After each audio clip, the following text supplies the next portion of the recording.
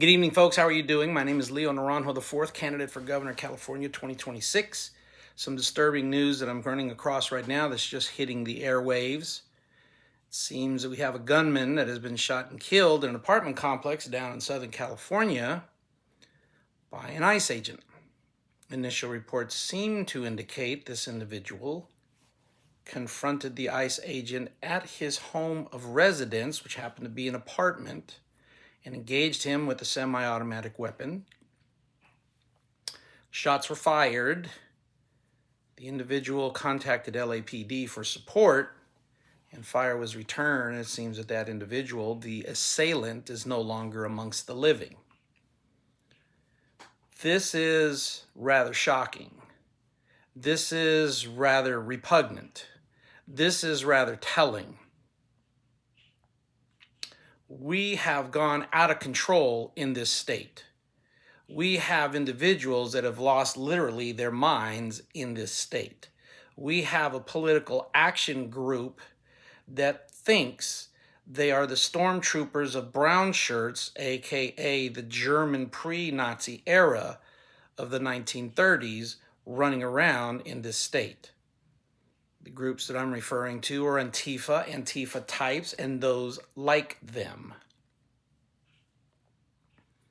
I imagine at some point in time there's going to be an announcement made from somebody, and I've already posted my announcement and my concept of how to deal with this nonsense in lawlessness of California under the guise of sanctuary state status, with people who are intent on providing as much haven, sanctuary, and resources to a population that's not authorized nor entitled to even be in this country, much less this state to begin with.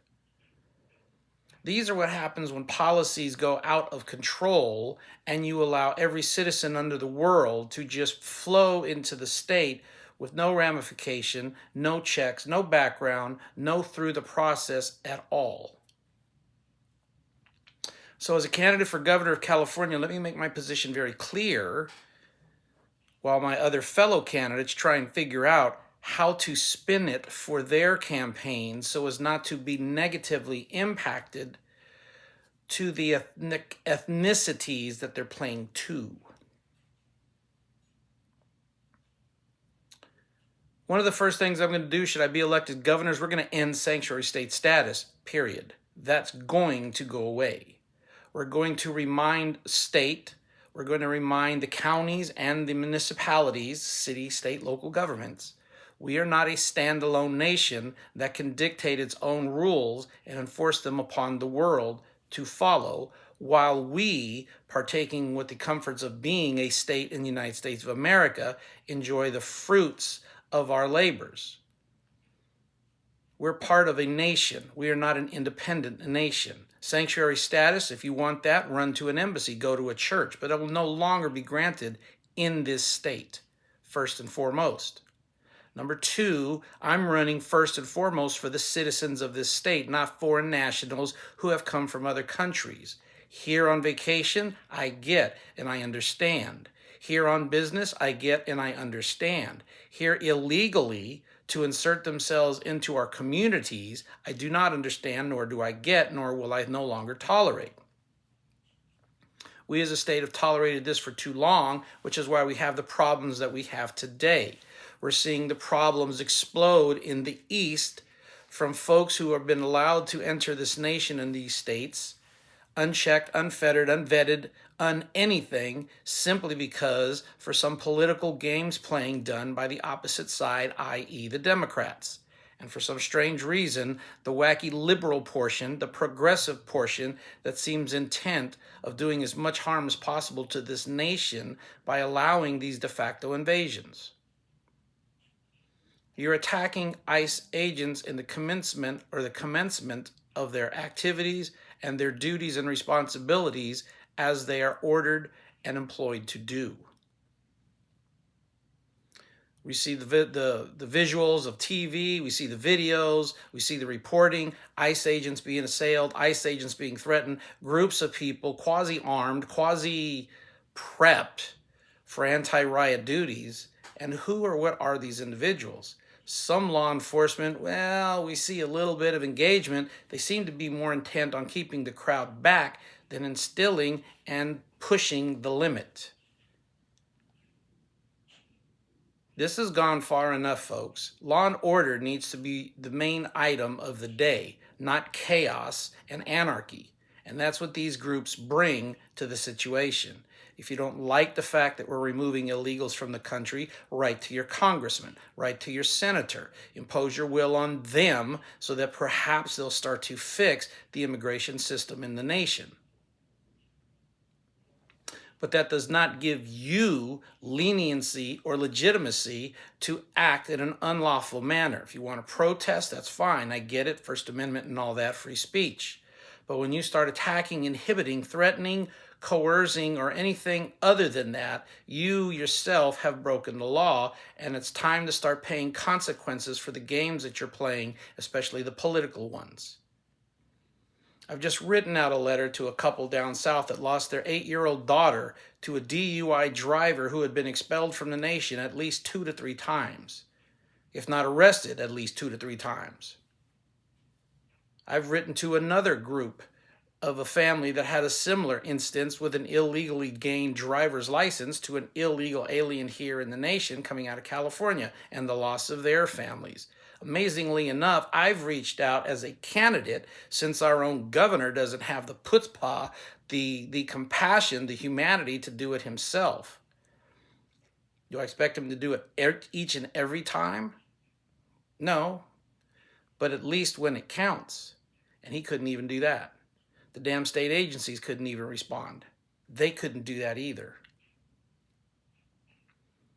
Is that something that I needed to do? Probably not. As a candidate, oh, that's a good look for you, Leo. You get political points. You look at it as it may. I did it because of the compassion. I did it because I'm a human, as a father, as a veteran, as somebody running who stands on the platform, first and foremost, for the citizens of this state. These people reached out to a government that ignored them. These people expected a government to do things that protects them, and they were ignored and left on their own vices.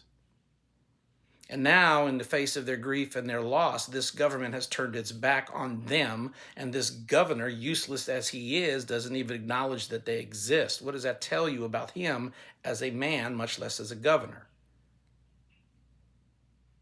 What other candidates do, I can't tell you, nor will I speak for them. What they could have done, all sorts of things. What they have done, look for yourself. I'm telling you what I've done as a candidate, what I've done as a person, as a veteran. And I'm letting you know this as a candidate for governor of California on what we are no longer going to tolerate in this state.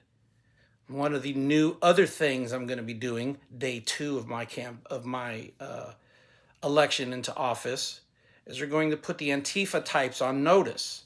We're going to take the exact wordings that they used in Florida when Mr. DeSantis banned and outlawed the Muslim Brotherhood. And we're going to expand that here in this state of California to include the Antifa supporters and alignment types.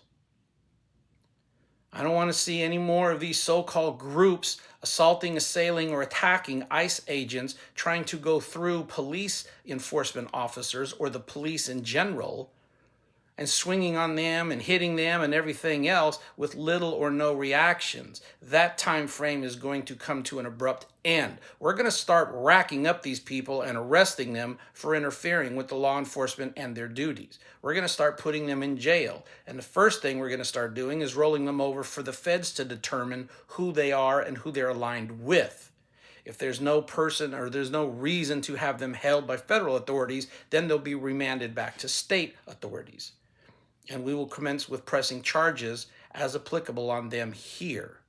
We're not just going to go after the foot soldiers as we've seen for so many years. We're going to start going after those who fund these groups, who provide support for these groups.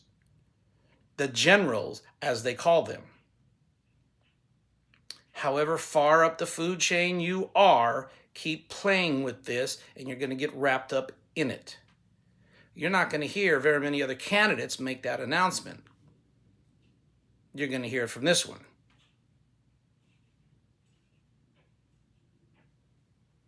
So with that being said, ladies and gentlemen, my apologies for the forcefulness of this video. My apologies for a little bit of a tude that I'm exhibiting.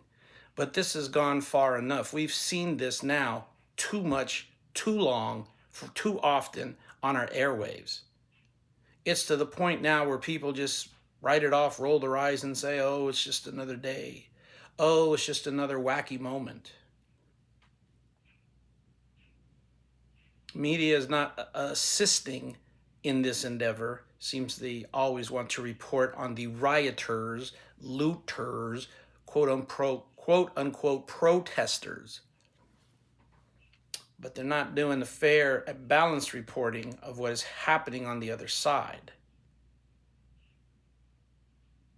We're going to start looking at these individuals who are protecting, assisting, aiding, and abetting folks from other nations who are here illegally.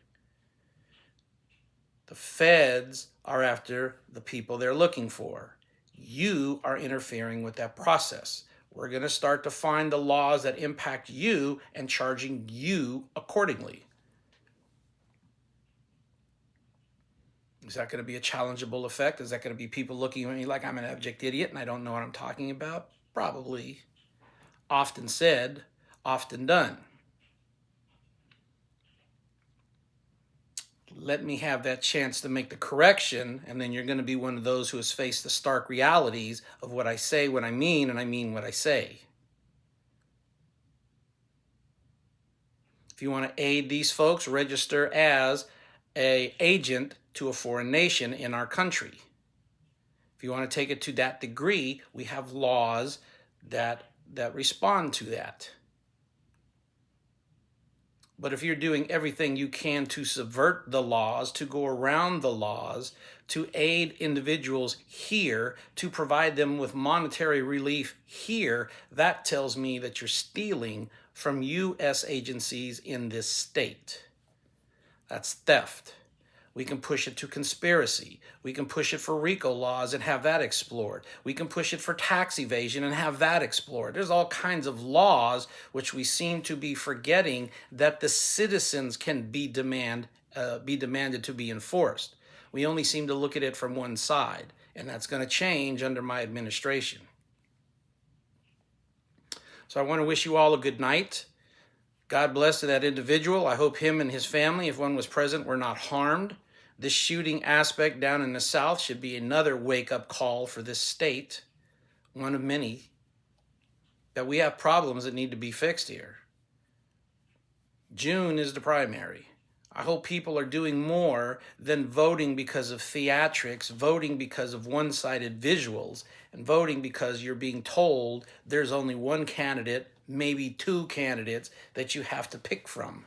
And there's only 2 or 3 Democrats that you have to pick from. No matter what is said by a candidate, ladies and gentlemen, you, the voter, are going to make the decision on where we go as a state. And I pray that we all make the right decision.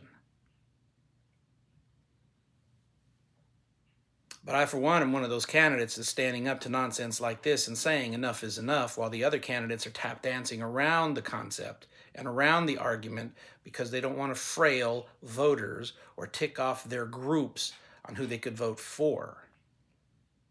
I'm here for the citizens of this state, not for a group, not for a party, not for a stakeholder, and definitely not for a Antifa type supporters or anybody else of that like mind that wants to subjugate this state and its citizens.